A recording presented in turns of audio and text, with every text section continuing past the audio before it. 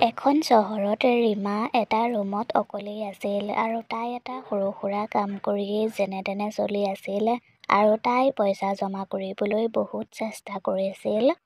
এদিন ৰাতি ৰীমায়ে তাইৰ জমা পইচাবোৰ হিচাপ কৰি আছিল আৰু তেতিয়াই তাই ভাবিছিল, বহুত দিনেই হ'ল মই কাম কৰি পইচা জমা কৰা, কিন্তু পইচাচোন গোট খোৱাই নাই। যেতিয়া 5 লাখ টকা জমা হ'ব তেতিয়া ৰাতুলৰ সৈতে মই বিয়াখন হৈ ল'ম, তেতিয়া তাৰ ঘৰৰ মানুহৰো একো আপত্তি নাথাকিব। তেতিয়াই ৰীমাৰ ঘৰৰ কলিং বেলটো বাজিল আৰু তেতিয়াই তাই ভাবিলে এই সময়ত আকৌ কোন ওলালহি। তেতিয়াই তাই দুৱাৰখন খুলিলে। দুৱাৰখন খুলি দেখিলে বাহিৰত ৰাতুল ৰৈ আছে। অ' ৰাতুল, তুমি আহা আহা, ভিতৰলৈ আহা, মই এইমাত্ৰ তোমাৰ কথাকেই ভাবি আছিলোঁ। হয় নেকি? কিন্তু তুমিনো মোৰ কথা কি ভাবি আছিলা? আৰুনো কি ভাবিম, তোমাৰ আৰু মোৰ বিয়াৰ কথা। ৰাতুল, তুমি জানানে মই 2.5 লাখ টকা জমা কৰিলোঁ আৰু 2.5 লাখ টকা জমা হ'লে তুমি আৰু মই বিয়াখন হৈ ল'ম। তেতিয়া তোমাৰ ঘৰৰ মানুহৰো একো আপত্তি নাথাকিব। আজি নহ'লে অকণমান ওলাই যাওঁ ব'লা, আজি তোমাৰ ফেভৰেট ৰেষ্টুৰেণ্টখনলৈ যাওঁ ব'লা। ৰীমায়ে ৰাতুলক কথাখিনি ক'লে আৰু তাৰ পাছত দুয়োজন ফুৰিবলৈ গুচি গ'ল। আৰু ৰাতি বহুত দেৰিকৈ আৰু ৰাতিৰ আহাৰ খাইহে ৰীমা ঘৰলৈ আহিছিল আৰু আহিয়েই তাই শুই গ'ল আৰু আধা ৰাতি তাই এটা বহুত ডাঙৰ শব্দ শুনিলে, যেন প্লেট এখন পাকাত পৰি ভাঙি গৈছে আৰু সেই শব্দটো শুনিয়েই ৰীমায়ে সাৰ পাই গ'ল। আৰে, এই শব্দটো ক'ৰ পৰা আহিল? কেনেবাকৈ মোৰ ঘৰত কোনোবা সোমোৱা নাইতো? মই পাকঘৰলৈ গৈ চাওঁগৈচোন। তাৰ পাছত লাহে লাহে ৰীমা পাকঘৰলৈ গ'ল আৰু তাই লাইটটো জ্বলাই চালে, কিন্তু তাত কোনোৱেই নাছিল। কিন্তু পাকঘৰত এখন প্লেট পাকাত পৰি আছিল। আৰে, এই প্লেটখন পাকাত কেনেকৈ পৰিল? মইতো ওপৰতহে থৈছিলোঁ আৰু দুৱাৰখনো বন্ধ আছিল, গতিকে মেকুৰীওতো সোমাব নোৱাৰে।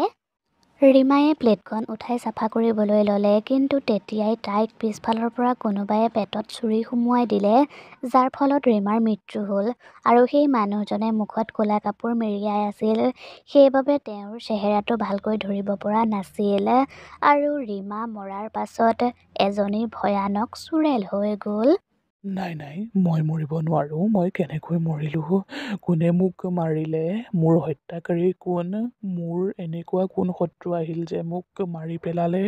ৰীমা চুৰেলে কথাবোৰ ভাবিয়েই আছিল, কিন্তু তেতিয়াই তাইৰ ঘৰৰ ভিতৰলৈ মানুহ এজন সোমাই আহিল। সেয়া অন্য কোনো নাছিল, সেয়া ৰাতুল আছিল। তেতিয়াই চুৰেলজনী তাৰ পৰা নাইকিয়া হৈ গ'ল। ৰীমা, ৰীমা, ক'ত আছানো? এইফালে আহাচোন। 12 বাজিল। আজি তোমাৰ জন্মদিন, সেইবাবে মই তোমাক ছাৰপ্ৰাইজ দিবলৈ আহি গ'লোঁ। ৰীমা, ৰীমা, ক'ত আছানো? সেইদিনা ৰীমাৰ জন্মদিন আছিল।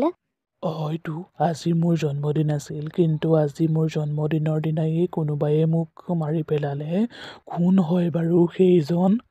ৰীমাক মাতি মাতি ৰাতুল পাকঘৰ পালেহি আৰু সি যেতিয়া ৰীমাৰ মৃতদেহটো তাত পৰি থকা দেখিলে, সি বৰ আচৰিত হ'ল আৰু তেতিয়াই সি পুলিচলৈ ফোন কৰিলে আৰু তালৈ পুলিচ আহি ৰীমাৰ মৃতদেহটো লৈ গ'ল।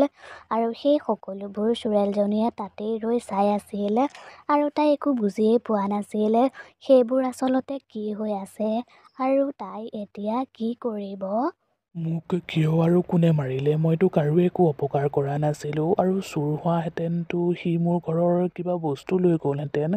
মই কেইদিনমান ধৈৰ্য ধৰোঁ, এই কথাটোৰ সন্ধান পুলিচেই উলিয়াব। ঘটনাটো ঘটা বহুত দিনেই হৈ গ'ল, কিন্তু পুলিচে একোৱেই সন্ধান উলিয়াব নোৱাৰিলে। তেওঁলোকে ক'লে সেয়া চোৰৰেই কাম, কিন্তু চুৰেলজনীয়ে জানিছিল সেয়া যে চোৰৰ কাম নহয়। তাই সিদ্ধান্ত ল'লে তাইৰ হত্যাকাৰীক এতিয়া তাই নিজেই বিচাৰিব। তাৰ পাছত তাই সেই ঘৰটোতেই থাকিবলৈ ল'লে, যিটো ঘৰত তাইক হত্যা কৰা হৈছিল। এদিন সেই ঘৰটোত এজনী ছোৱালী থাকিবলৈ আহিছিল, তাইৰ নামটো কাবেৰী আছিল। আৰে, এই ছোৱালীজনী কোন হয়? তাই আকৌ মোৰ ঘৰত কিয় থাকিবলৈ আহিলে? আচলতে কথাটো কি? আৰে বাহ, ইমান কম ভাড়াতেই মই বৰ ধুনীয়া ঘৰ এটা পালোঁ। ৰাতুলে সহায় নকৰাহেঁতেন মোৰ যে কি হ'লহেঁতেন একো ঠিক নাই। কি? ৰাতুলে তাইক এই ঘৰটো দিছে? নিশ্চয় ৰাতুলে তাইক সহায় কৰিছে। ছোৱালীজনীও মোৰ কিবা এটা ভাল লাগিছে। মই নহ'লে তাইকেই সহায় বিচাৰোঁ। নিশ্চয় তাই মোৰ হত্যাকাৰীক বিচাৰি উলিয়াব পাৰিব। তাৰ পাছত কাবেৰীয়ে সেই ঘৰটোৰ চাফ চিকুণ কৰিবলৈ লৈছিল, কিন্তু তেতিয়াই চুৰেলজনীয়ে তাইৰ যাদুৰ শক্তিৰে তাত থকা বস্তুবোৰ ইফালে সিফালে দলিয়াবলৈ ধৰিছিল। সেইবোৰ দেখি কাবেৰীয়ে বৰ ভয় খাইছিল। আৰে, এইবোৰ কি হৈছে? বস্তুবোৰ নিজে নিজে কেনেকৈ পৰি আছে? তেতিয়াই চোৰেলজনী কাবেৰীৰ সন্মুখতে ওলাল। চোৰেল, তাৰমানে এই ঘৰটো ভূতীয়া ঘৰ। চুপচাপ ৰৈ থাক, নহ'লে কিন্তু মই তোক মাৰি পেলাম। ইয়াত ৰৈ থাকিলেওতো তই মোক মাৰিবি। নামাৰো, এৰি দিম, কিন্তু এটা চৰ্তত। চৰ্ত? কিন্তু কি চৰ্ত? মৰাৰ আগতে মোৰ নামটো ৰীমা আছিল আৰু মই এই ঘৰটোতেই আছিলোঁ, আৰু কোনোবাই এদিন মোক মাৰি পেলালে। মই ৰাতুলৰ সৈতে বিয়াত বহিবলৈ ওলাইছিলোঁ আৰু তাৰ বাবে মই পইচাও জমা কৰিছিলোঁ। চোৰেলৰ কথাবোৰ শুনি ৰীমা আচৰিত হ'ল। কি? আপুনি এইবোৰ কি কৈছে? ৰাতুলৰ লগততো মোৰহে বিয়া ঠিক হৈছে, তাৰ ঘৰৰ মানুহে ঠিক কৰিছে, আৰু ৰাতুলৰ মুখততো আজিলৈকে মই ৰীমা নামৰ কোনো ছোৱালীৰ কথা শুনা নাই। কথাবোৰ শুনি চোৰেলজনীয়ে থতমত খাই গৈছিল। তাই এতিয়াহে কথাবোৰ বুজি পাইছিল। হয়তো ৰাতুলে তাইক মূৰ্খ সজাই আছিল, আৰু ৰাতুলেই হয়তো তাইক মাৰি পেলাইছিল। নাই, এনেকুৱা হ'ব নোৱাৰে। ৰাতুলে মোক বহুত ভাল পাইছিল। সেইদিনা জন্মদিনৰ ৰাতি সি মোলৈ কেক আনিছিল, আৰু সেইদিনাই কোনোবাই মোক মাৰি পেলালে। ৰাতুলক তই ইয়ালৈ মাত আৰু কথাবোৰ সোধ। মই ইয়াত আছোঁ বুলি তই কিন্তু নকবি। কাবেৰীয়ে চোৰেলজনীক হ'ব বুলি ক'লে, আৰু সেইদিনাই তাই ৰাতুলক ঘৰলৈ মাতিলে, আৰু ৰাতুল আহিলোঁ। কি হ'ল কাবেৰী, তুমি মোক হঠাতে এনেকৈ মাতিলা? সকলোবোৰ ঠিকেই আছে নহয়? সকলোবোৰ ঠিকেই আছে, কিন্তু ৰাতুল, ৰীমা কোন হয়নো? কাবেৰীৰ মুখত ৰীমা নামটো শুনি ৰাতুল আচৰিত হ'ল, আৰু সি আচৰিত হৈ ক'লে, কি ৰীমা? কিন্তু ৰীমাৰ কথা তোমাক কোনে ক'লে? সেয়া জৰুৰী নহয়, কিন্তু আজি তুমি মোক সকলোবোৰ কথা ক'ব লাগিব। কাবেৰী, তুমি মোক ক্ষমা কৰিবা, মই তোমাক কথাবোৰ নোকোৱাৰ বাবে। আচলতে মই ৰীমাকহে ভাল পাইছিলোঁ, তোমাক নহয়। কিন্তু ঘৰৰ মানুহবোৰে ৰীমাক একেবাৰেই বেয়া পাইছিল। তেওঁলোকে তোমাকহে পচন্দ কৰিছিল, আৰু মাহঁতে ৰীমাক চৰ্ত দিছিল, তাই যদি 5 লাখ টকা মাহঁতক দিব পাৰে, তেতিয়াহ'লে তেওঁলোকে আমাৰ বিয়াখন পাতি দিব। কিন্তু তেওঁলোকৰ এইটোও বিশ্বাস আছিল যে ৰীমায়ে ইমান কম সময়ৰ ভিতৰত 5 লাখ টকা জমা কৰিব নোৱাৰে, কিন্তু আচলতে ৰীমায়ে আধাখিনি পইচা জমা কৰিছিল। ৰাতুলৰ কথাখিনি শুনি কাবেৰীয়ে ক'লে, ৰাতুল, তুমি এতিয়া যোৱা, মোৰ অলপ কাম আছে। কাবেৰীৰ কথা মতেই ৰাতুল তাৰ পৰা গুচি গ'ল, আৰু তাৰ পাছতেই কাবেৰীয়ে চোৰেলজনীক ক'লে, মোৰ মতে ৰাতুলৰ কোনোবা পৰিয়ালৰ মানুহেই তোমাক মাৰিলে। এয়া তই কেনেকৈ ক'ব পাৰ? কাৰণ তেওঁলোকে ৰাতুলৰ সৈতে তোমাৰ বিয়া হোৱাটো বিচৰা নাছিল, আৰু তুমিতো আধাখিনি পইচাও জমা কৰিছিলা। যদি গোটেইখিনি পইচা জমা কৰাহেঁতেন, তুমিতো ৰাতুলৰ সৈতেই বিয়া হ'লাহেঁতেন। সেইবাবে চাগে তেওঁলোকে তেনেকুৱা কৰিলে। তই কথাটো ঠিকেই কৈছ, তোৰ কিন্তু বুদ্ধি অলপ আছে দেই। মই এগৰাকী উকিল হয়, গতিকে মোৰতো বুদ্ধি থাকিবই ন। ঠিক আছে, তেতিয়াহ'লে মই এতিয়া যাওঁ।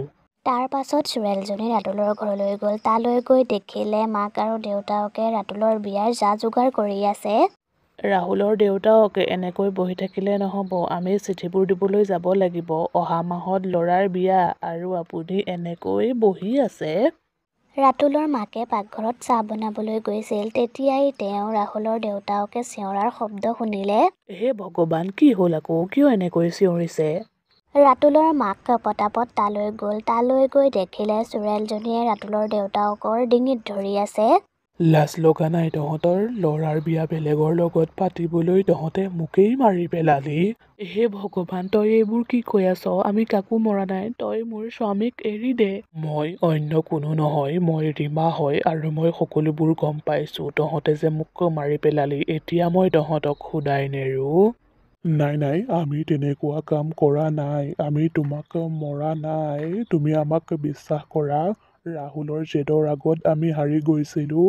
সি আমাক কৈছিল, সি যদি তোমাক বিয়া কৰাব নোৱাৰে, তেতিয়াহ'লে সি মৰি থাকিব, আৰু সেইবাবে আমি তোমালোকৰ বিয়াখন বহু আগতেই মানি লৈছিলোঁ।